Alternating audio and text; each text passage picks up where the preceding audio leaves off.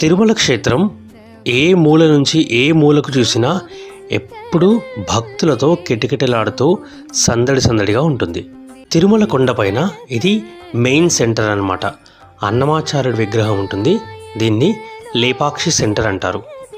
చూస్తున్నారు కదా తిరుమల కొండపైన ఎంత నీట్గా ఉందో. ఎంత భక్తులు వచ్చినా కూడా అస్సలు ట్రాఫిక్ జామ్ అనేది ఉండదు.